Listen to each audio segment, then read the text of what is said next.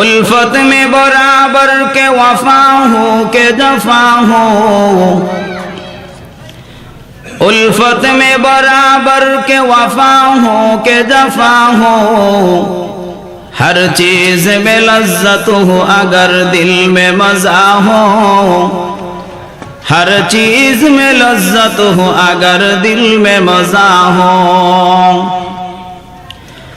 मा दर्द जहां गैर खुदा यार नदारिम, मा दर्द जहां गैर खुदा यार नदारिम, जुज़ याद खुदा हिच दिगर कार नदारिम, जुज़ याद खुदा हिच दिगर कार नदारिम।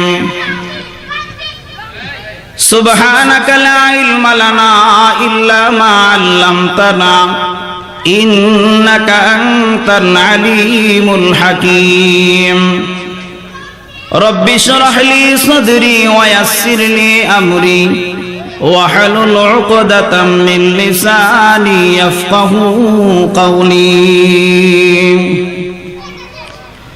अल्हम्दुलिल्लाह, ऐतिह्यबाही ग्राम नतून राয়ের চর মাদ্রাসায়ে ফারুকিয়া এর উদ্যোগে আয়োজিত আজকের এই ঐতিহাসিক একদিন ব্যাপী ওয়াজ ও দোয়ার মাহফিলের অত্যন্ত সম্মানিত সুযোগ্য সভাপতি জনাব হযরত মাওলানা সফিউল্লাহ সাহেব দামাত বারাকাতুহুমুল আলিয়া, বারাকাল্লাহু ফি হায়াতি। প্রত্যেকে বলুন আল্লাহুম্মা আমিন।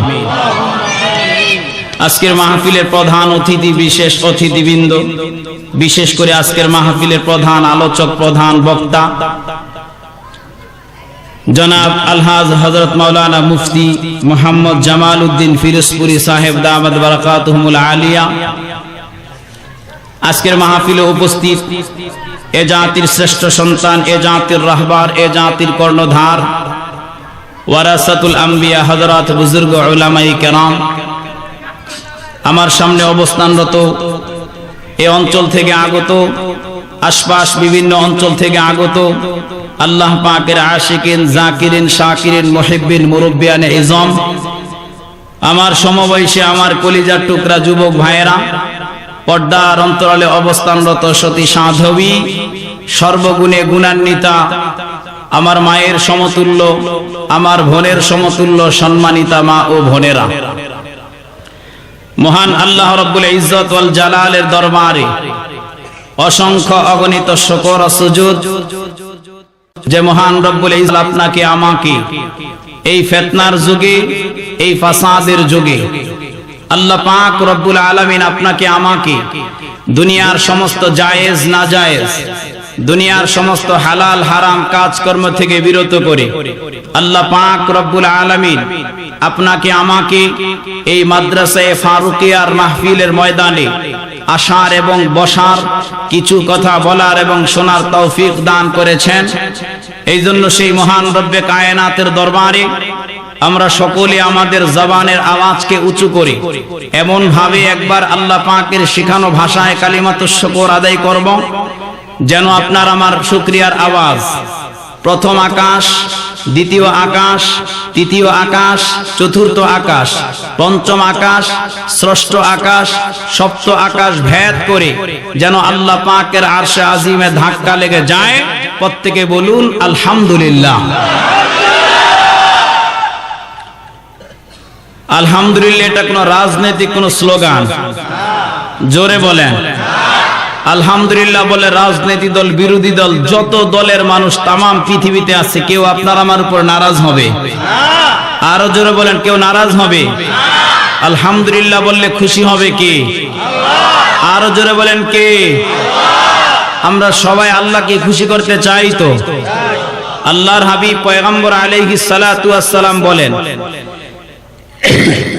আমার উম্মতেরা আল্লাহর পক্ষ থেকে যখন নিয়ামত পায় আর এই নিয়ামত পাওয়ার পরে নিয়ামতের শুকরানা স্বরূপ যখন আলহামদুলিল্লাহ বলে, আল্লাহ পাক রব্বুল আলামিন ওই বান্দার উপর খুশি হয়া, ওই বান্দার উপর রাজি হয়া আল্লাহ পাকের বানানো, আল্লাহ পাকের সাজানো, আল্লাহ পাকের গোছানো 8টা জান্নাতের দরজা বান্দার জন্য খুলে দেওয়া হয়। রাসূল আকরাম সাল্লাল্লাহু আলাইহি ওয়াসাল্লাম আজ থেকে 1500 বছর আগে আল্লাহর পয়গম্বর বিশ্ব নবী রাহমাতুল লিল আলামিন রাসূল তিরমিজি শরীফের হাদিসের ভিতরে বলেছেন, ওয়াকাদ জাহজাহা নাফসাহু আনিন নার, আমার যে সমস্ত উম্মতেরা আল্লাহ পাকের বান্দারা আল্লাহর পক্ষ থেকে নিয়ামত পাওয়ার পরে যখন কালিমাতে শুকরানা স্বরূপ আলহামদুলিল্লাহ বলে, ওই বান্দার লফজকে, ওই বান্দার দিলকে, ওই বান্দার আত্মাকে আল্লাহ তাআলা জাহান্নামের আগুন থেকে মুক্ত করে বলেন সুবহানাল্লাহ। এইজন্য আমার ভাই আলহামদুলিল্লাহ বললে লাভ না লস? আরো জোর বলেন লাভ না ক্ষতি? আল্লাহ পাক রব্বুল আলামিন আপনাকে আমাকে অসংখ্য অগণিত নিয়ামত রাজি আল্লাহ তাআলা দান করছে। বাহিরের কোন নিয়ামতের কথা আমি বলতেছি না। আপনার আমার 360টা জোড়া বডির দিকে একবার তাকায়, এই বডিটা আল্লাহ পাক রব্বুল আলামিন কত সুন্দর করে বানাইছে। আল্লাহ তাআলা আপনার আমার এই দেহটা, আপনার আমার এই দেহ নামক এই স্ট্রাকচারটা মহান রব্বে কায়নাত কত সুন্দর করে সাজাইছে। তামাম পৃথিবীর সমস্ত মানুষ মিলা যদি একসাথে যদি চেষ্টা করে এরকম একটা স্ট্রাকচার, এরকম একটা বডি বানানো সম্ভব? জোরে বলেন সম্ভব? এই জন্য যেই মালিক আপনাকে আমাকে এত সুন্দর করে বানাইলেন, এত সুন্দর করে আল্লাহ পাক রব্বুল আলামিন আপনার আমার দেহের প্রতিটা অঙ্গ পতঙ্গ সাজাইলেন, সেই মালিকের শুকর আদায় করা দরকার আছে না নাই? সকলে আরো একবার দিল থেকে বলি আলহামদুলিল্লাহ।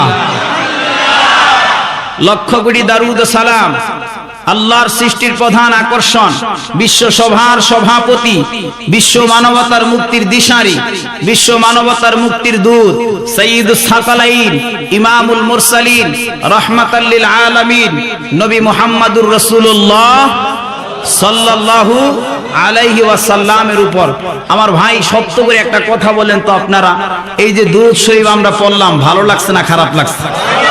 জোরে বলেন, ভালো লাগছে না খারাপ লাগছে? আল্লাহর পয়গম্বর বিশ্ব নবী ছোট্ট একটা আমল জানায় দেয়া যায়। আল্লাহর হাবিব পয়গম্বর আলাইহিস সালাতু ওয়াস সালাম 1500 বছর আগে আল্লাহর রাসূল বলেছেন, এই দুনিয়ার জমিনের ভিতরে আমার যে সমস্ত উম্মতেরা বেশি বেশি করে আমি পয়গম্বরের উপর দুরূদ শরীফের আমলটা করবে, আল্লাহর পয়গম্বর বিশ্ব নবী হাদিসের কিতাবের ভিতরে বলেছেন, আস-সালাতু আলাইয়া নূরুন আলাস সিরাত। সুবহানাল্লাহ বলেন। হাসরের ময়দান যে কায়েম হবে এটা আমরা সবাই জানি তো। হাসরের ময়দানে একটা ব্রিজ হবে পুলসিরাত নামক, আমরা জানি তো। বলেন তো এই পুলসিরাত নামক ব্রিজটা কত হাজার বছরের রাস্তা হবে? হ্যাঁ, 30,000 বছরের রাস্তা। আল্লাহর পয়গম্বর বিশ্ব নবী বলেন, এই পুলসিরাতের ব্রিজ আমাদের দেশের পদ্মা সেতুর মতো হবে না যুবক। এই পুলসিরাতের ব্রিজ আমাদের দেশের যমুনার মতো হবে না। এই পুলসিরাতের ব্রিজ আমাদের দেশের ফ্লাইওভারের মতো হবে না। আমাদের দেশে যেই সমস্ত বড় বড় ব্রিজ আছে সেই সমস্ত ব্রিজের মতো হবে না। আল্লাহর পয়গম্বর বিশ্ব নবী বলেন, এই ব্রিজটা উপরের দিকে উঠছে 10,000 বছরের রাস্তা। সুবহানাল্লাহ। আবার নিচের দিকে নামছে 10,000 বছরের রাস্তা। আবার আঁকা বাঁকা পথ হইছে 10,000 বছরের রাস্তা।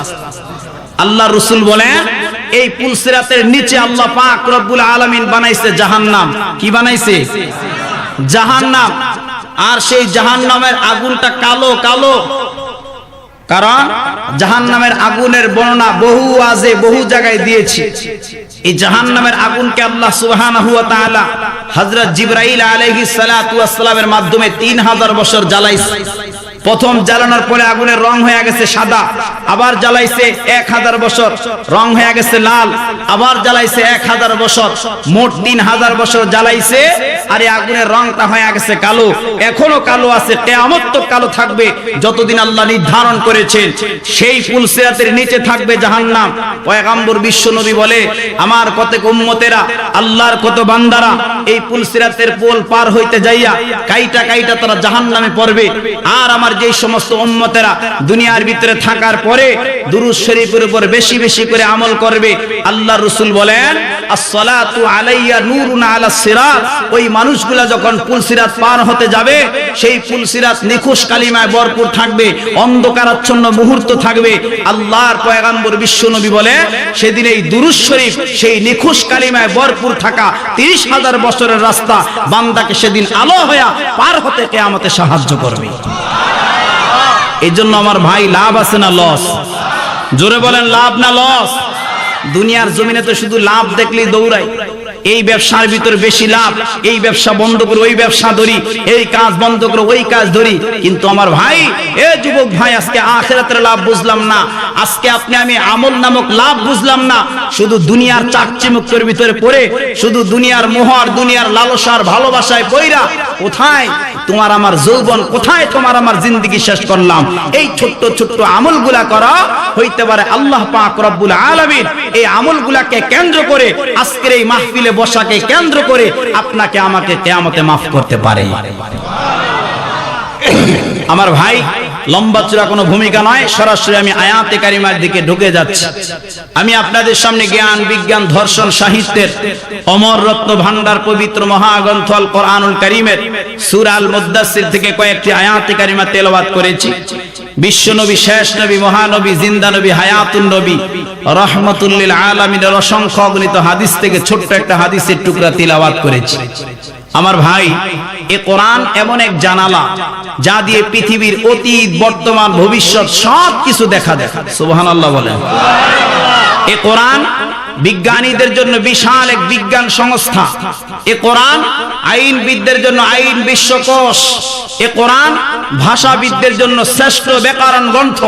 বিজ্ঞানীরা গবেষণা করে আর রিসার্চ করে দেখেছেন, একজন মানুষের হায়াতের জিন্দেগির ভিতরে তার এই জবান দিয়ে যতগুলা প্রশ্ন বাইর হতে পারে, প্রত্যেকটা প্রশ্নকে যদি একটা একটা করে লিখে যদি আল্লাহর কোরআনকে সামনে রেখে যদি উত্তর চাওয়া হয়, আল্লাহ পাক রব্বুল আলামিন বলে, ও দুনিয়ার বিজ্ঞানীরা শোনো, শুধু একটা মানুষের জবানের প্রশ্ন নয়, কিয়ামত পর্যন্ত যতগুলা মানুষ পৃথিবীতে আসবে, যারা আলমে রূহের জগতে আছে, প্রত্যেকটা মানুষের প্রশ্নগুলাকে যদি একটা একটা করে লিখে যদি আমার কোরআনকে সামনে রেখে যদি উত্তর চাওয়া হয়, আমি আল্লাহ পাক রব্বুল আলামিন এর চাইতো আরো হাজার হাজার লক্ষ লক্ষ কোটি কোটি গুণ প্রশ্নের উত্তর দিয়া আমি আল্লাহ আমার কোরআনকে সাজায়া রাখছি।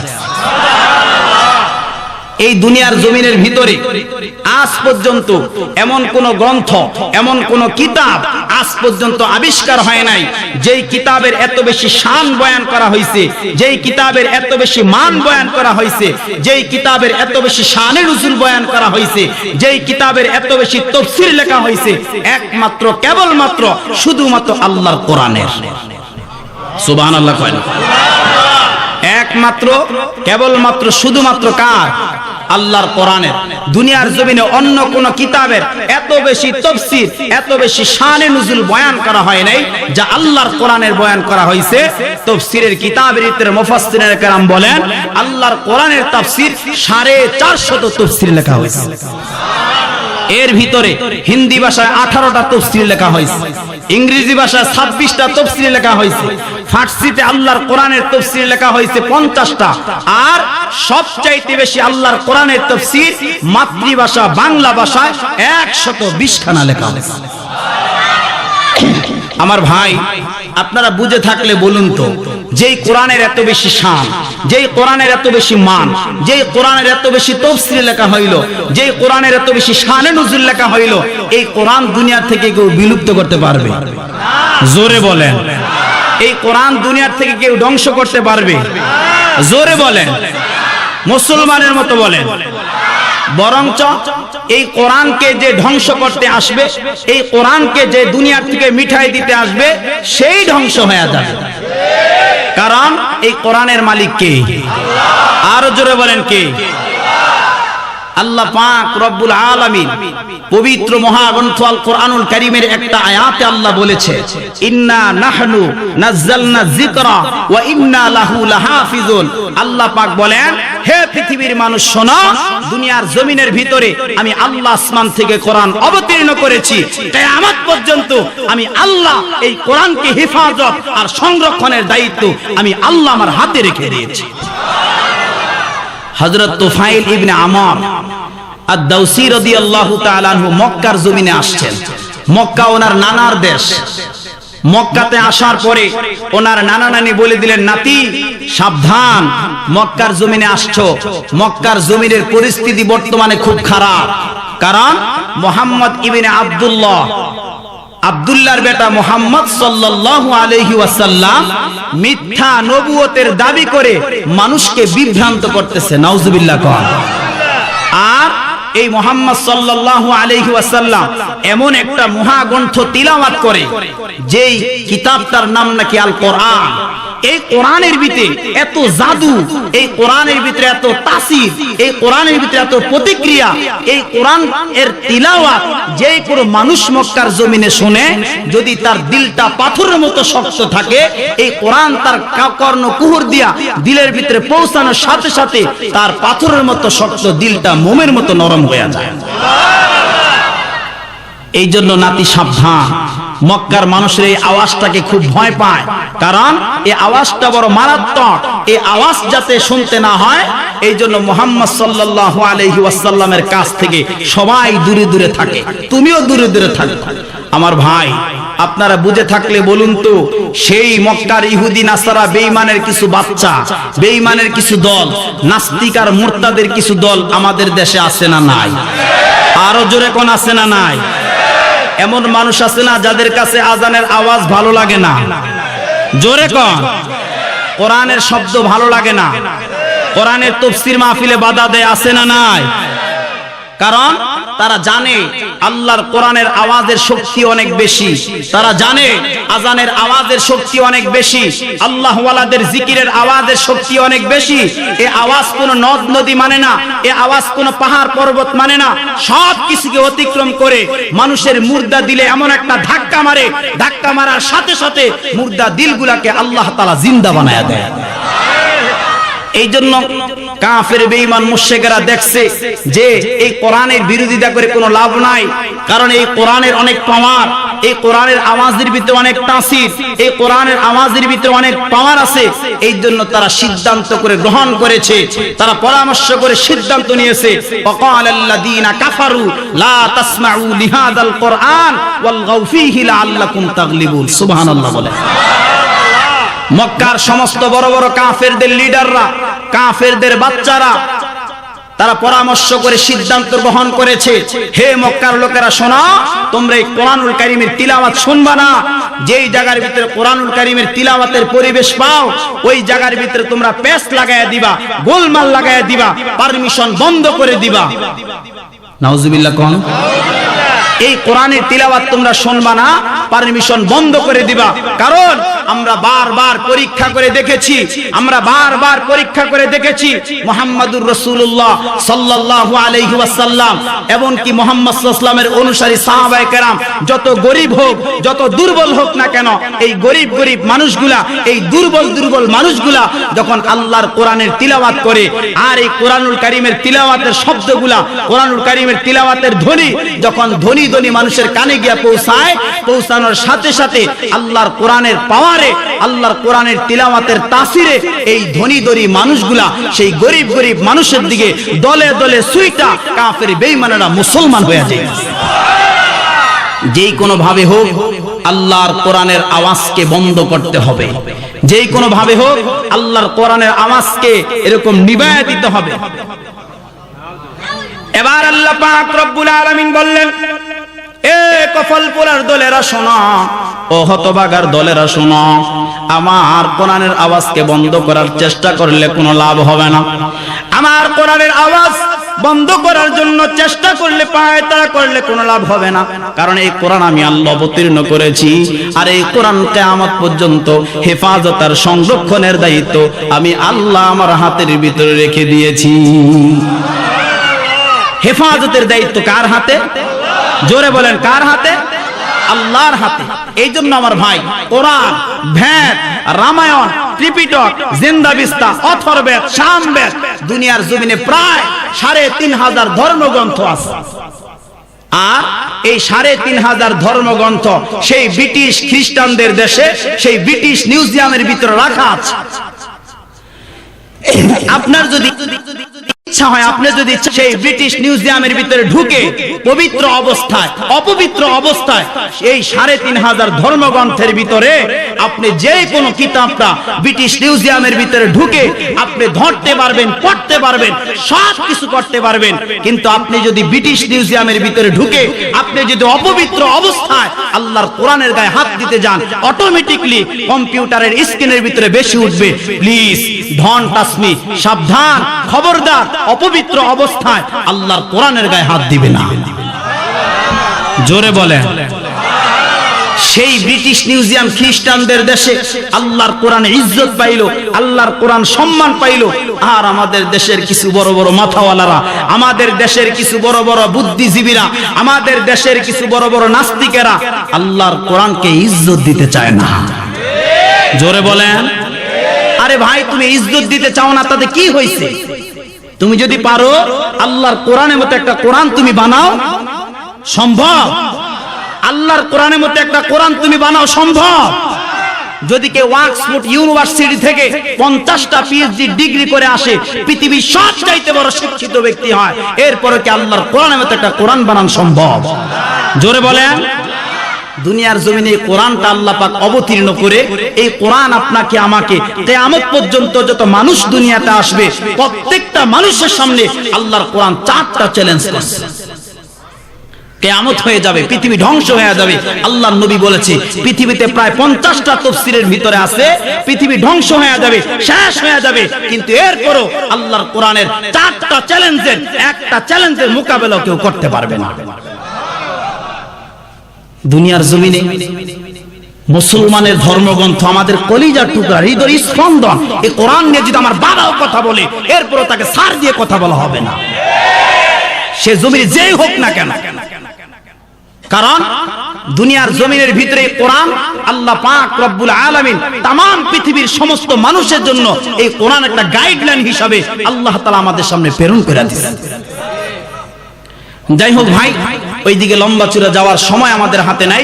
যেই সময় আমাকে বেঁধে দেওয়া হয়েছে এর ভিতরেই আপনাদের সামনে আল্লাহ পাক রব্বুল আলামিন যে আয়াতে কারিমা তেলাওয়াত করেছি, এই আয়াত সামনে রেখেই, হাদিস সামনে রেখেই কিছু মুযাকারা আপনাদের সামনে করতে থাকা।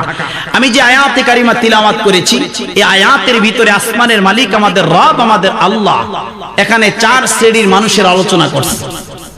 দুনিয়ার সমস্ত মানুষদের ভিতরে এই 4টা গুণের একটা গুণ যদি কাহারো ভিতরে থাকে তাহলে ওই ব্যক্তির কবরে আযাব ঢুকবে, ওই ব্যক্তি জাহান্নামী হবে। এবার আমার ভাই চিন্তা করে দেখেন যে কারণগুলো সামনে আসতেছে, এই কারণগুলো শুধু মিলাইতে থাকবে আজকে যে হুজুর আসছে গাজীপুর থেকে এত কষ্ট করে এই যে কথাগুলো বলতেছে, এই কথাগুলো আমার দিলের ভিতরে আছে কিনা, এই রোগগুলা আমার দিলের ভিতরে আছে কিনা আজকে মিলাইয়া যাবেন মাঠ থেকে। আমার যে সমস্ত মায়েরা মাইকের আওয়াজ শুনতেছেন, মা আপনার হাতে ধরে বলি, পায়ে ধরে বলি, জীবনে আর এই মাহফিল আজকে হচ্ছে কাল আগামীকাল হবে না। আজকে কথা বলতেছে, আগামীকালে মাইক দিয়ে আমার মৃত্যুর সংবাদ আসতে পারে। সমস্ত কাজ বন্ধ করে আজকে কথাগুলা শোনেন আর শুধু নিজের জীবনের সাথে মিলাইতে থাকেন যে আমার জিন্দেগির ভিতরে, আমার কওল আর ফেল আর কাজের ভিতরে এই রোগগুলা, আমার সমস্ত কর্মের ভিতরে, আমার হায়াতের জিন্দেগির ভিতরে আমার এই সাথে এই রোগগুলা আমার দিলে আছে কিনা। তো আল্লাহ পাক রব্বুল আলামিন 4 শ্রেণীর মানুষের আলোচনা করছেন। আর প্রাসঙ্গিক আমি আল্লাহ রাসূলের একটা হাদিস টানবো।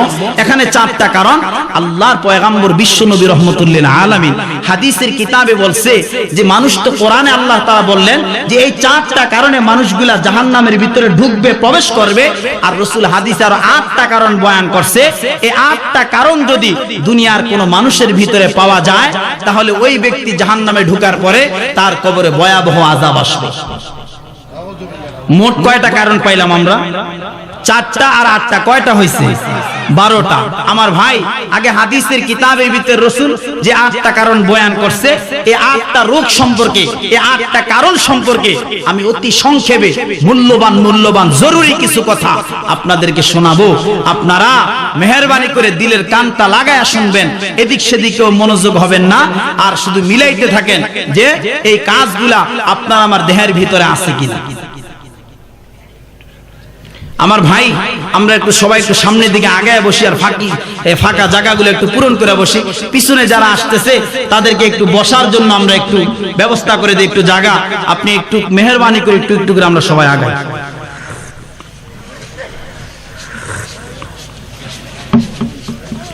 আল্লাহর হাবিব পয়গম্বর আলাইহিস সালাতু ওয়াস সালাম হাদিসের কিতাবের ভিতরে যে 8টা কারণ বয়ান করছে, এই 8টা কারণ বলে আমি কোরআনুল কারীমের আয়াতের দিকে যাব।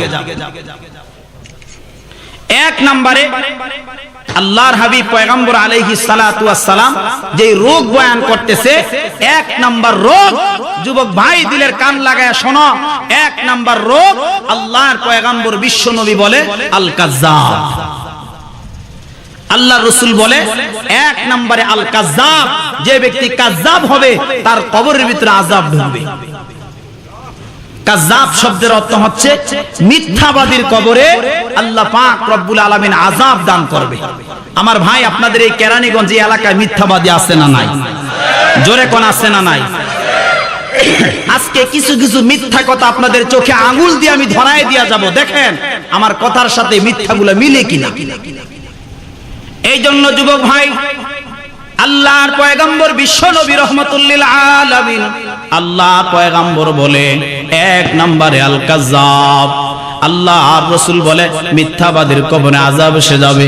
ও মুসলমান ইমানদার, এখন শুধু মিলাইতে থাকেন, আমাদের সমাজে মিথ্যাবাদী আছে না নাই? আরো জোরে কোন আছে না নাই? এ মুসলমান যুবক ভাই, এ যুবতী বোন, ভালো করিয়া শোনো, একটা মিথ্যা কথা যদি দুনিয়ার জমিনের ভিতরে কেউ বলে, আর এই মিথ্যা কথাটাকে যদি কেউ সত্য বানাইতে যায়, ও মুসলমান দেখবেন এই মিথ্যা কথার সাথে ঘুরায়া ফিরে আরো 10টা মিথ্যা বলা লাগে। জোরে বলেন। এই জন্য ভাই, পয়গম্বর বিশ্ব নবী বলে এক নম্বরে, রাসূল বলে আল কাজ্জাব।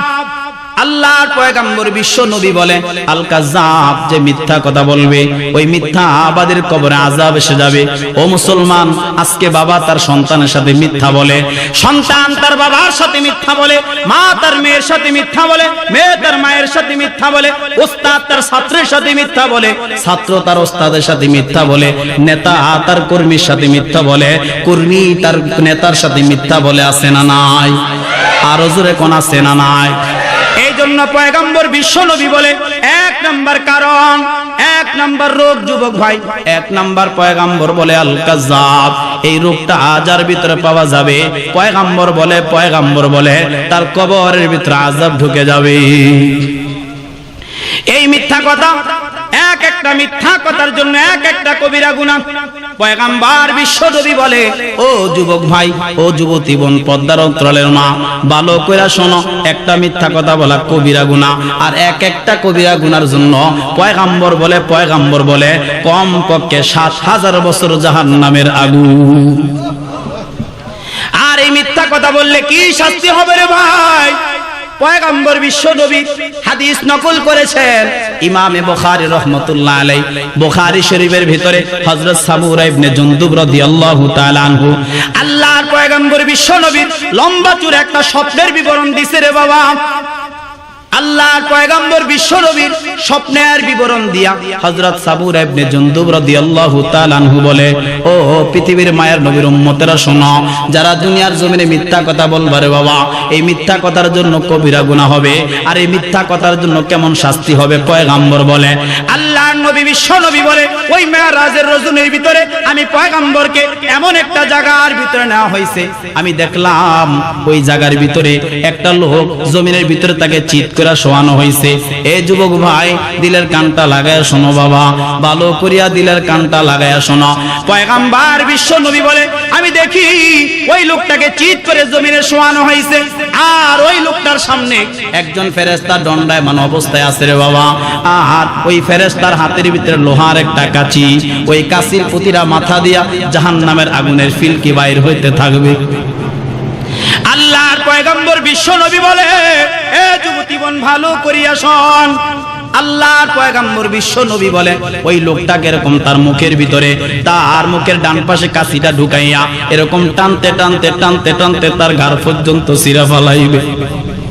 আল্লাহর পয়গম্বর বিশ্ব নবী দেখে ওই বান্দাটা হাউমাউ করিয়া চিৎকার করিয়া কান্দে। আবার এই পাশটা যখন সিরা হয়ে গেছে আবার বাম পাশে ঢুকাই ফেরে বাবা, ঢুকায়া টানতে টানতে আবার তার ঘাড় পর্যন্ত সিরা ফেলাইবে।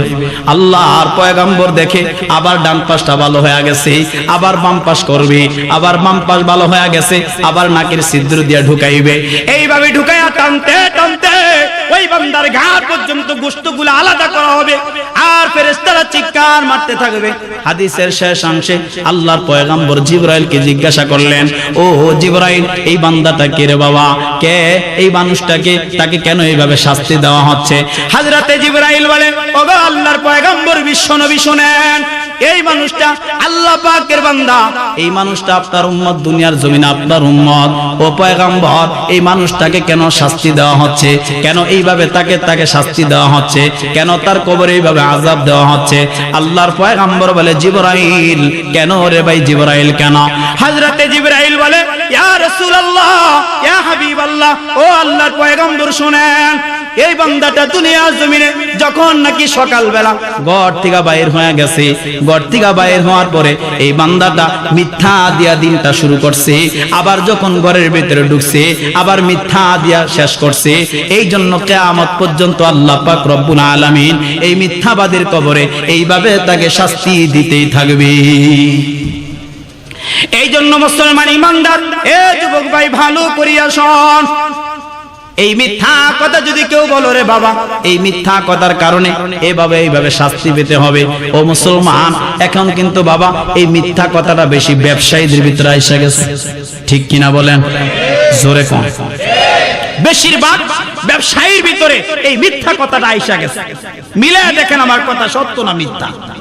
যখন কোরবানির ঈদ আসে অথবা রমজানুল মুবারকের ঈদুল ফিতর আসে, আমাদের ছোট ছোট বাচ্চাদেরকে আমরা যখন মার্কেট কইরা দেওয়ার জন্য, তাদেরকে কিছু সুন্দর সুন্দর জামা বস্ত্র কাপড় কিনা দেওয়ার জন্য যখন আমরা মার্কেটে যাই, যাওয়ার পরে আমার বাচ্চা তো বুঝে না, ছোট্ট মানুষ একটা ড্রেস পছন্দ করছে। দোকানদারকে জিজ্ঞাসা করলাম, ভাই, এ দোকানদার ভাই, তোমার এই মালটা কত রে ভাই? দোকানদার বলে, ভাই, আমার এই মালটা যদি নিতে চান 1500 টাকা দাম। কত কইছে? 1500 টাকা। তার কিনা কিন্তু 500 টাকা। বলছে কত? 1500। তখন ওই যিনি ক্রয় করার জন্য বাচ্চা নিয়ে গেলেন, ওই লোকটা বলতেছে, ভাই, যদি 1500 টাকা হয় আপনার মাল অনেক বেশি দাম হয়ে যায়, আপনি যদি চান আপনার মালটা আমি 500 টাকা দেই। তখন দেখবেন এই জমিনের উপরে কিছু ব্যবসায়ী, এই জমিনের উপর অসৎ কিছু ব্যবসায়ী, মিথ্যাবাদী কিছু ব্যবসায়ী, তখন তারা আল্লাহর নামে শপথ করে, কসম করে, বলে, ভাই, আল্লাহর কসম, যদি 500 টাকা বেশি আমার 1 টাকাও লাভ হয় না, আমার কিনা দামও হয় না। আছে না নাই? জোরে কোন আছে না নাই? এই যে সে মিথ্যা কথাটা বলল, এই যে কসমটা খাইলো, এই কসম আর মিথ্যা বলার সাথে সাথে তার ব্যবসাটা হারাম হয়ে গেছে, হারাম হয়ে গেছে। এখন তো বিশেষ করে মার্কেট খুব গরম। গরম কেন? আপনারা ঢাকার মানুষ ভালো বুঝবেন। আমরা তো পুরুষ মানুষ এখন মার্কেটে খুব কম যাই, কারণ মহিলারা এখন পুরুষদের উপরে নেতৃত্ব দিতেছে, মহিলারা এখন পুরুষদের উপরে কর্তৃত্ব করতেছে। পুরুষরা ঘরে বসে থাকে আর মহিলারা সারা দিন মাঠে ঘাটে বাজারে ঘুরা ফিরা। এমন কোন মার্কেট নাই, এমন কোন দোকানদার নাই যেই আমার পার্শ্ববর্তী, আমার পাশে, আমার ঘরের মহিলাকে চিনে না। আছে না নাই? জোরে কোন আছে না নাই? কারণ কি? কারণ হচ্ছে এখন তো আমাদের দেশের মহিলারা, আপনারা ঢাকার মানুষ ভালো বুঝবেন, আমাদের দেশের মহিলারা স্বামী যদি কোনো পোশাক ক্রয় করে দেয়, স্বামী যদি কোনো পোশাক কিনা দেয়, আমাদের মহিলাদের পছন্দ হয় না। কারণটা কি? কারণটা কি? আমাদের দেশের মা বোনেরা এখন স্টার জলসা দেখে ড্রেস পছন্দ করে। কথা কয় না? আছে না নাই? আমাদের মা বোনেরা এখন জি বাংলা দেখে ড্রেস পছন্দ করে। স্বামী যেটা ক্রয় করে দেয় ভালো লাগে না, ওই স্টার জলসা দেখা কটকটি কোনটা পড়ছে ওইটা দেখা পছন্দ হয়ে গেছে। এখন তো স্বামীটা তার পছন্দ হবে না। দেখবেন আরেকটা কথা আপনাদেরকে বুঝাই, দেখবেন মার্কেটে গেলে জীবনও কোনো ব্যবসায়ী আপনারা আমার দুলাভাই কইয়া ডাক দিব না, জীবনও না। দেখবেন যদি আপনার আমার ঘরের মহিলারা মা বোনেরা মার্কেটে যায়, দেখবেন বাবি আপা কত কিছু করে ডাকতেছে, মনে হচ্ছে তার সাথে জনম জনমের কোনো পরিচিতি আছে। কথা কোন ঠিক কিনা? সত্য না মিথ্যা? আমার ভাই, এই জন্য মার্কেট বড় গরম। যেই মহিলাদের ঘরে থাকার কথা ছিল, যেই মহিলাদের পর্দায় থাকার কথা ছিল, যেই মহিলাদের স্বামী আর শ্বশুর শাশুড়ির খেদমতে থাকার কথা ছিল, সেই মহিলাগুলো আজকে রাস্তায় নেমে গেছে। এই জন্যই আজকে আমার ঘরের ভিতরে, এই জন্যই আজকে আমার বাড়ির ভিতরে শান্তি নামক কোনো কিছু নাই নাই। অথচ আল্লাহর পয়গম্বর বিশ্ব নবী বলেছেন, আল্লাহর পয়গম্বর বুখারী শরীফে বলেছেন, মান তাশাব্বাহা বিকাউমিন ফাহুয়া মিনহুম। এই দুনিয়াতে যে যাকে অনুসরণ করবে, যে যাকে মহব্বত করবে, কিয়ামতের আদালত তার সাথে সে গিয়ে দাঁড়াবে। এই জন্য পর্দার অন্তরালের মা, এ মহিলারা ভালো করিয়া শোনেন মা, ভালো করিয়া শোনেন। আল্লাহর পয়গম্বর বিশ্ব নবী বলে, আল্লাহর পয়গম্বর বলে, যে যাকে দুনিয়াতে অনুসরণ করবে কিয়ামতের আদালতে তার সাথে সে দাঁড়াবে।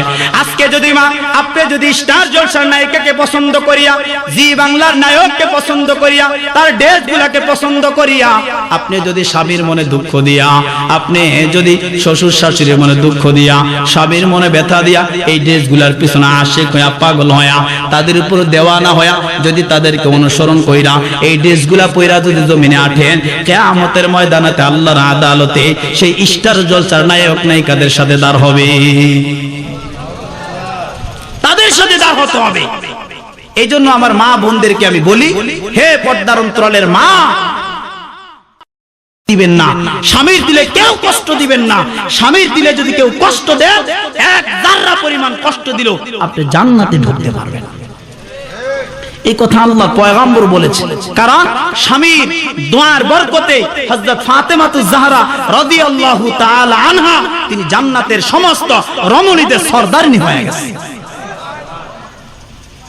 এই জন্য মা পর্দায় থাকেন, পর্দার ভিতরে আল্লাহ বরকত রাখছে, পর্দার ভিতরে আল্লাহ পাক বরকত রাখছে, আর ব্যাপরদিকে জিন্দেগির ভিতরে আল্লাহ পাক রব্বুল আলামিন গজব রাখছে।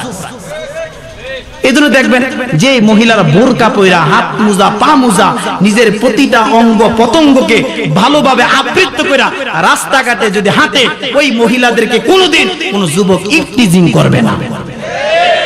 যারা এরকম পাতলা পোশাক পয়রা, যারা এরকম পাখি জামা পয়রা, এরকম বিভিন্ন কত রকমের জামা আছে, বিভিন্ন কত রকমের জামা আছে, এগুলা পয়রা যারা রাস্তায় হাঁটে, ওই নারীগুলাই দেখবেন পুরুষদের ইফটিজিং এর শিকার হয়। জোরে কান। আর এখন তো বোরকার কথা আর কি বলবো, এগুলা তো বোরকা না রে ভাই, আমি এগুলাকে বোরকা বলি না, আমি বলি এগুলাকে শোকেস। কি? আর জোরে কান কি? শোকেস।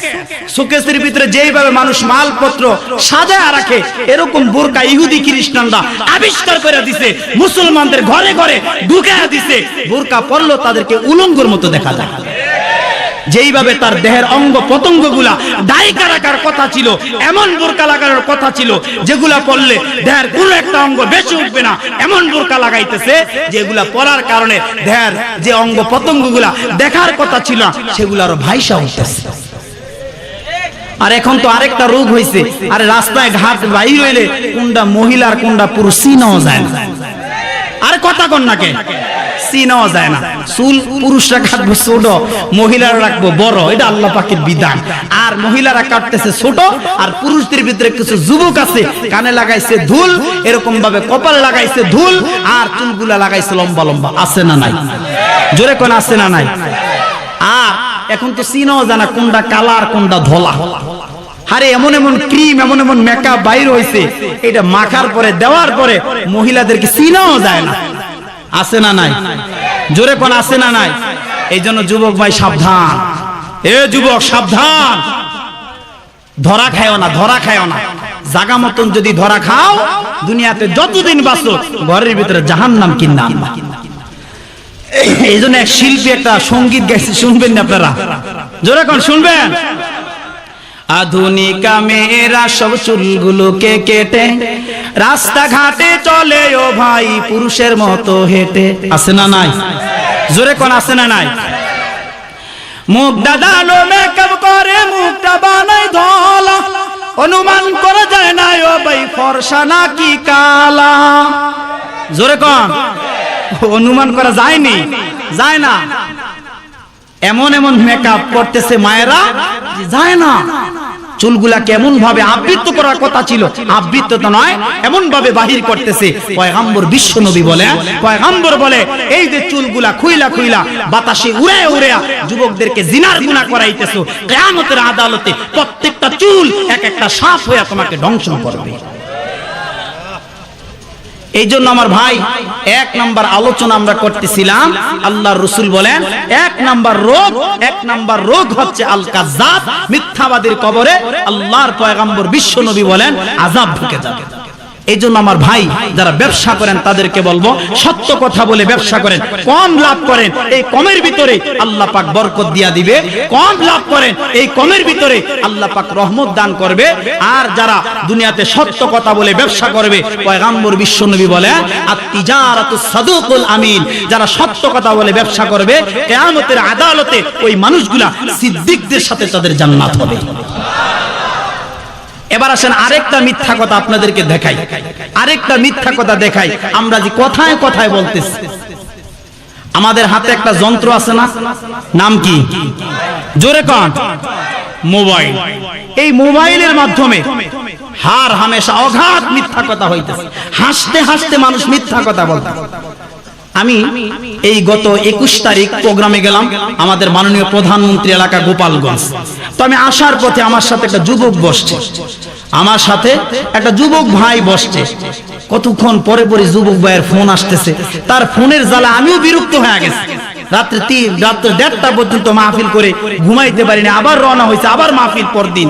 আমি বিরক্ত হয়ে গেছি। একটা পর্যায়ে আমি তার কথাগুলা এরকম ভাবে শুনতেছিলাম যে সে কি বলে। দেখলাম যুবক ভাই যখন তিনি আসে মুকসুদপুর, তিনি বলতেছে যে আপনি একটু মাওয়া ঘাটে বসেন, আর মাত্র 5 মিনিট আমি মাওয়া ঘাটে পৌঁছে যাব। নাউজুবিল্লাহ কোন। সে মুকসুদপুর, ওখান থেকে আরো 1 থেকে 1.5 থেকে 2 ঘন্টার রাস্তা। সে বলল কি যে আমি 5 মিনিটের ভিতরে আমি মাওয়া ঘাট পৌঁছাবো, তুমি একটু বসো। মিথ্যা হইছে না নাই? জোরে কোন। আমরা অনেকে কেরানীগঞ্জ আছি, বলতেছি ভাই আমি তো গুলিস্তান বাইতুল মুকাররম আছি। হ্যাঁ, কথা কোন নাকি? এই মিথ্যা আমাদের ভিতরে আছে না নাই? কবিরা গুনাহ, কবিরা গুনাহ। এই গুনাহ থেকে নিজেকে বাঁচান। আল্লাহর রাসূল বলেন এক একটা কবিরা গুনার জন্য কমপক্ষে 7000 বছর জাহান্নামের আগুন। কেউ বাঁচবেন 7000 বছর? জোরে কোন, বাঁচবেন? 7000 বছর কেউ বাঁচবে না। এই জন্য আমার ভাই, এই মিথ্যা থেকে নিজেকে হেফাজত করি, এই মিথ্যা থেকে নিজেকে বাঁচাই। যদি এই মিথ্যা কথা আপনার আমার দিলের ভিতরে থাকে, আপনি আমি যদি মিথ্যা কথা বলি, আল্লাহর পয়গম্বর বিশ্ব নবী বলে আপনার আমার কবরের ভিতরে আযাব এসে যাবে। এক নাম্বার কারণ বলতেছিলাম, আল্লাহর হাবিব পয়গম্বর আলাইহিস সালাতু ওয়াস সালাম বলেন এক নম্বরে আল কাযাব। আল্লাহর রাসূল বলেন এক নম্বরে আল কাযাব, যারা মিথ্যা কথা বলবে তাদের কবরের ভিতরে আযাব ঢুকে যাবে। এবার আসেন 2 নাম্বার। আমার মুসলমান ভাইরা, 2 নম্বরে আল্লাহর পয়গম্বর বিশ্ব নবী বলে, আল্লাহর পয়গম্বর বিশ্ব নবী বলে আলেমে বেআমল।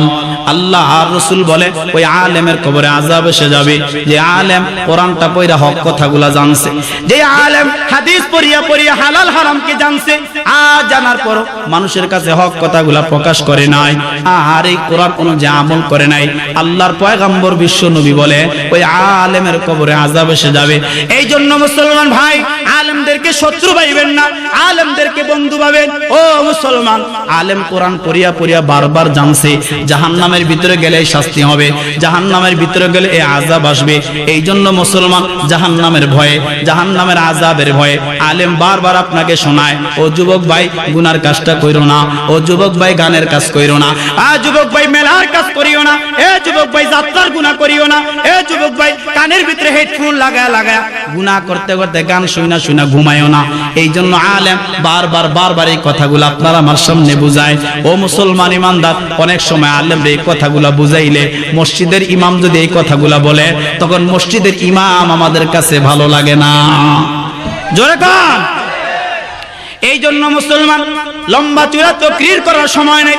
8টা কারণ সংক্ষেপ 10 থেকে 15 মিনিটের ভিতরে আমি শেষ করে দিব রে বাবা। 3 নাম্বার আসেন, 2 নাম্বার শেষ করলাম। 3 নাম্বারে আল্লাহর পয়গম্বর বিশ্ব নবী বলে 3 নাম্বার যে রোগটা রে বাবা, এই রোগটা আমাদের সমাজে শতকরা 95% মানুষের ভিতরে আছে। শতকরা 95% মানুষের ভিতরে এই রোগটা আছে। 3 নম্বরে আল্লাহর পয়গম্বর বিশ্ব নবী বলে, আল্লাহর পয়গম্বর বলে আকিলুর রিবা। আল্লাহর নবী বলে সুদখোরের কবরে আযাব আসবে। এ ঢাকার মুসলমান, ও কেরানীগঞ্জের বাবারা, আপনাদের এই কেরানীগঞ্জে সুদখোর আছে না নাই? আরো জোরে কোন আছে না নাই? এই জন্য মুসলমান ইমানদার, আল্লাহর পয়গম্বর বিশ্ব নবী বলে আকিলুর রিবা, এ মুসলমান সুদের গুনাহ থেকে বাঁচো, সুদের গুনাহ থেকে বাঁচো। এই সুদখোর সম্পর্কে আল্লাহ পাক রব্বুল আলামিন পবিত্র কোরআনুল কারীমের সূরাতুল বাকারার ভিতরে আল্লাহ পাক রব্বুল আলামিন 275 নম্বর আয়াত, এই দুনিয়া আর জমিনের ভিতরে যারা সুদ খাইবে রে বাবা, এই দুনিয়াতে যারা সুদ দিবে, কিয়ামতের মাঠে আমার আল্লাহ পাক রব্বুল আলামিন ওই মানুষগুলা কেমন ভাবে দণ্ডায়মান করবে, এমন ভাবে তাদেরকে দাঁড় করানো হবে। আল্লাহ পাক রব্বুল আলামিন বলে যেমন ভাবে জিনের দ্বারা রোগীদেরকে দিশেহারা অবস্থায় দাঁড় করানো হয়।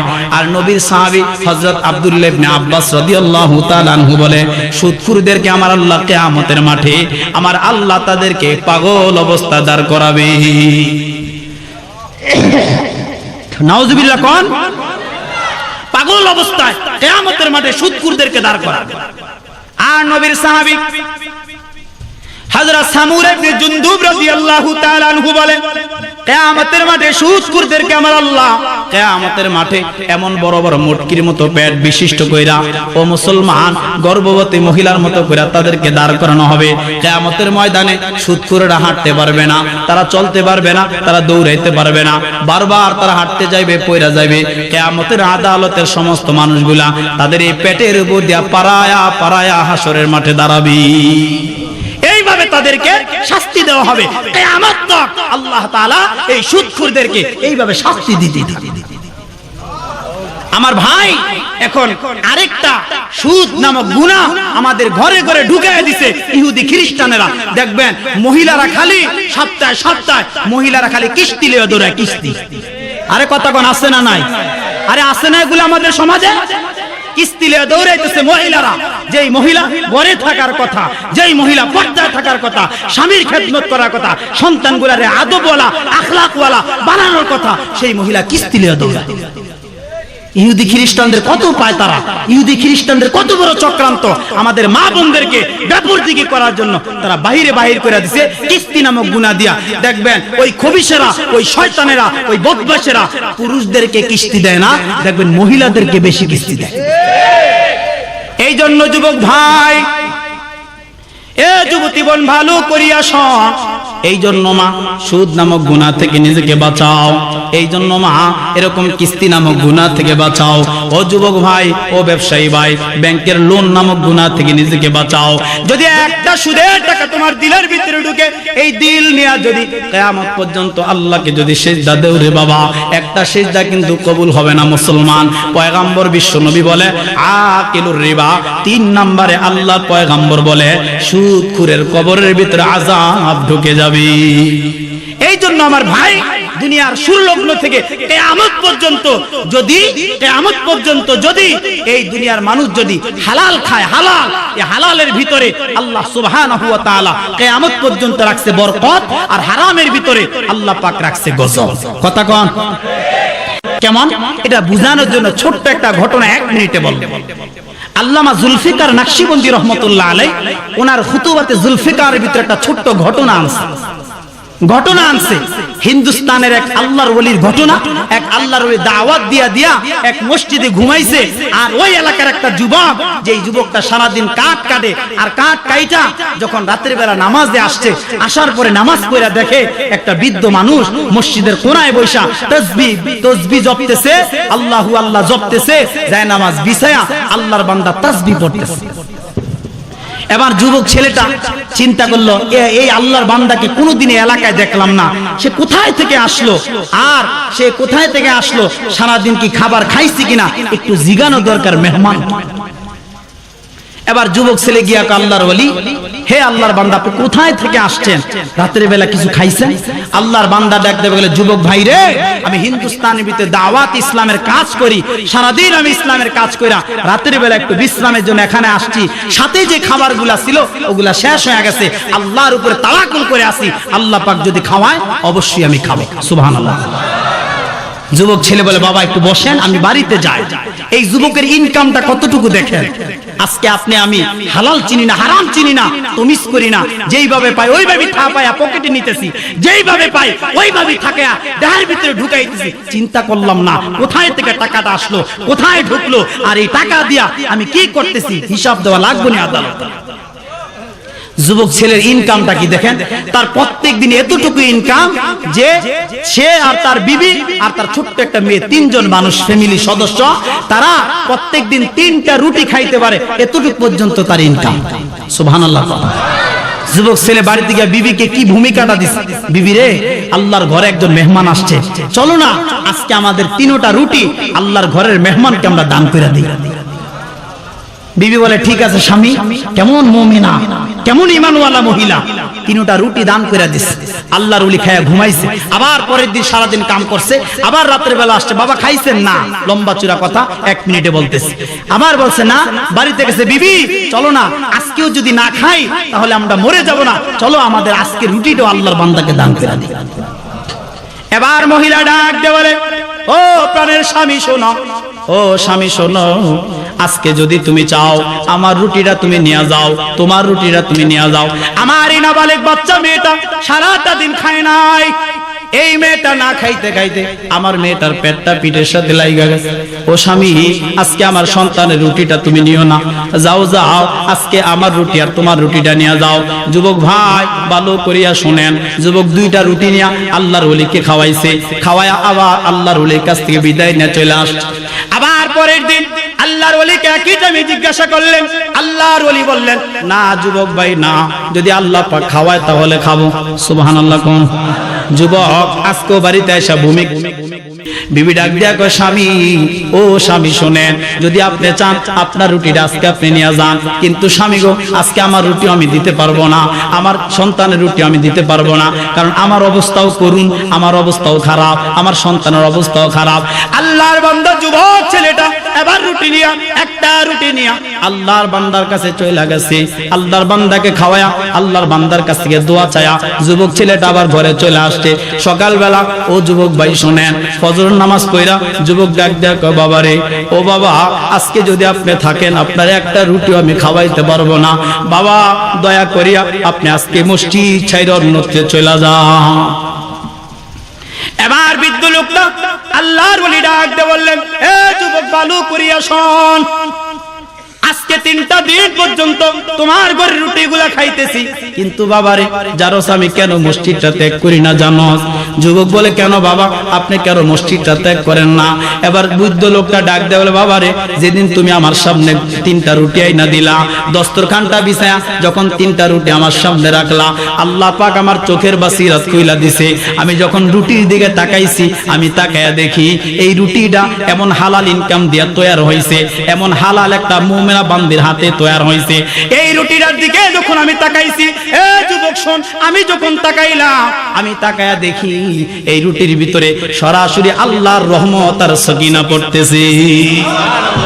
আর আমি আল্লাহর বলি, আমি 3টা রুটি খেয়ে যখন ঘুমাইছি, আল্লাহ পাক আমার এমন একটা ঘুম দান করেছে রে যুবক ভাই, এমন একটা ঘুম দান করছে যেই ঘুমের ভিতরে 3টা রুটি খাওয়ার কারণে, হালাল ইনকাম, হালাল টাকার ইনকামের রুটি খাওয়ার কারণে, মুমিনা বান্দার হাতে বানানো রুটি খাওয়ার কারণে আল্লাহ পাক রব্বুল আলামিন ওই রাতে এমন একটা ঘুম আমার দিছে, ওই ঘুমের ভিতরে আমি আল্লাহর বান্দা ওই মদিনাওয়ালা নবীরে 3বার স্বপ্নে দেখেছি। আবার যখন দ্বিতীয় দিন 2টা রুটি খেয়ে ঘুমাইলাম, অনুরূপ দ্বিতীয় দিন আমি আবার আল্লাহর নবীকে দুইবার দেখেছি। আবার যখন তৃতীয় দিন একটা রুটি খেয়ে ঘুমাইছি, ও যুবক, আবার তৃতীয় দিনে রুটির বরকতে আল্লাহ পাক রব্বুল আলামিন ওই মদিনাওয়ালা বিশ্ব নবীকে আমাকে একবার স্বপ্নে দেখায়া দিছি। এই জন্য আমার ভাই, হালালের ভিতরে বরকত না রহম গজব, জোরে কর। এবার আসেন মুসলমান, চতুর্থ নম্বরে আল্লাহর পয়গম্বর বিশ্ব নবী বলে লা ইস্তানজিহু আনিল বাউল, প্রস্রাব পায়খানা নাপাকি থেকে নিজেকে বাঁচাও রে যুবক ভাই। এ যুবক, আজকে বেশিরভাগ গুনাহটা যুবকদের ভিতরে এসে গেছে। কেমন রে বাবা, আমরা যখন অনেক সময় গাড়ি দিয়ে মাহফিলে যাই, অনেক সময় পাম্পের ভিতরে যখন গাড়িটা ব্রেক করি নামাজের জন্য, এ ভাই তাকায় দেখি কতগুলা যুবক দেওয়ালের পাশে দাঁড়ায় দাঁড়ায় কি যেন করে। আমি অনেক সময় মনে করি যে যুবক ভাই, কারণ দেওয়ালের ভিতরে অনেক বিজ্ঞাপন দেওয়া হয়, অনেক বিজ্ঞাপন আর্টিস করা হয়, লেখা হয়, আমার মন কয় সাক্ষী দেয়, মনে হয় যুবক ভাই দাঁড়ায় দাঁড়ায় আর্টিস করে, কিন্তু না রে যুবক না, তাকে দেখি এই জানোয়ারটা দাঁড়ায় দাঁড়ায় পেশাব করতেছে। আচ্ছা কোন তো তার ভিতরে গরুর ভিতরে পার্থক্য আছে? আর জোরে কথা কোন, পার্থক্য আছে?